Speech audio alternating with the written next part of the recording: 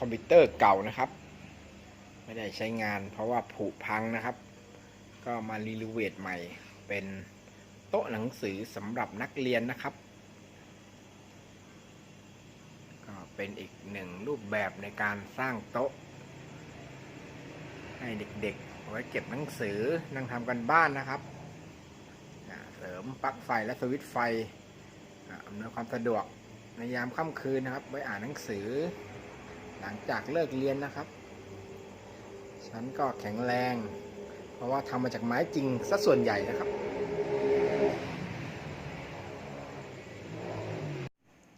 สวัสดีครับทุกคน WADY and Curry Shop นะครับคลิปนี้เราก็จะพาทุกคนมาดูวิธีการปรับปรุงคุณภาพของโต๊ะคอมพิวเตอร์เก่านะครับที่เสื่อมสภาพนะครับก็คือหมดอายุนะครับก็คือขาเขาทำมาจากไม้พาร์ติเคิลนะครับก็โดนน้ำแล้วก็หมดอายุก็คือไม้ก็ป่นหมดนะครับเราก็เลยมารีโนเวทปรับบางชิ้นตัดบางชิ้นก็คือทั้งตัดทั้งปรับนะครับแล้วก็เสริมไม้ใหม่เข้าไปนะครับก็คือการรีโนเวทนั่นเองนะครับแต่เป็นรีโนเวทโต๊ะคอมพิวเตอร์เก่านะครับให้เป็นโต๊ะสำหรับนักเรียนนะครับก็คือไว้เก็บหนังสือได้นะครับเก็บอุปกรณ์การเรียนบริเวณรอบๆโต๊ะได้นะครับพร้อมสิ่งอำนวยความสะดวกนะครับก็เรามีไม่อัดอยู่นะครับเป็นแผ่นใหญ่ก็มาซอยนะครับให้ได้ขนาดของพื้นโต๊ะแล้วก็ชิ้นส่วนขาเก่านะครับที่เขาผุไปก่อนหน้านี้นะครับก็ขาเขาที่ผุนะครับเราก็ดำเนินการป่นไปแล้วครับไว้ทำฟืนนะครับแล้วก็มีขาที่ดีอยู่ขาหนึ่งนะครับเราก็จัดการรื้อแล้วก็อัดกาวไว้นะครับแล้วก็หาวัสดุชิ้นใหม่มาทำขานะครับโดยเราก็อัดกาวแล้วก็อัดขอบยางไว้นะครับอัดตั้งแต่ก่อนทำคลิปนะครับก็เดี๋ยวใน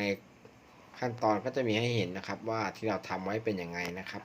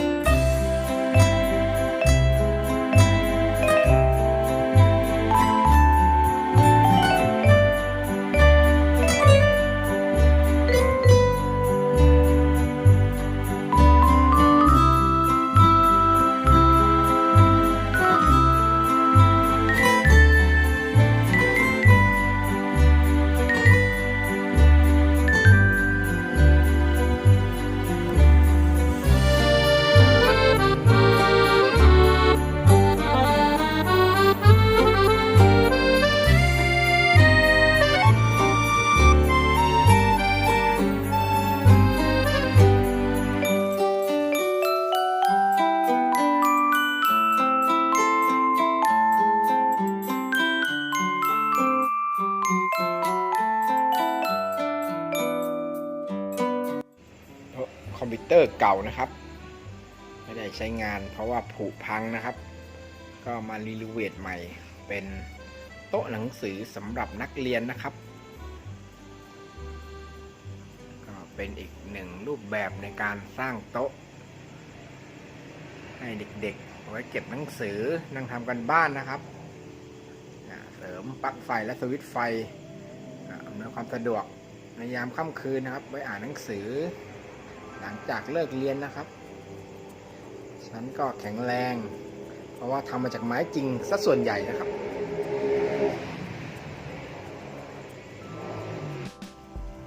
ด้านหลังก็มันคงแข็งแรงนะครับเพราะว่ามาจากวัสดุที่เป็นไม้จริงนะครับเป็นไม้สักโครงแล้วก็ใช้ไม้สักเก็บรายละเอียดนะครับให้เขาเกิดความสวยงามแล้วก็มีชั้นถึง3ชั้นนะครับไม่รวมพื้นโต๊ะเองนะครับก็เท่ากับมี4ชั้นนะครับไว้เก็บหนังสือปริมาณเยอะๆได้สบายๆเลยนะครับออปชั่นเสริมนะครับก็มีหลอดไฟแล้วก็มีคานช่วยรับกำลังนะครับคือสามารถรับกำลังได้เหลือๆครับหนังสือแถวเดียวฝากกดไลค์กดแชร์คลิปให้ด้วยนะครับเจอกันใหม่คลิปหน้านานาสาระกับ WDY and Color Shop นะครับสวัสดีครับ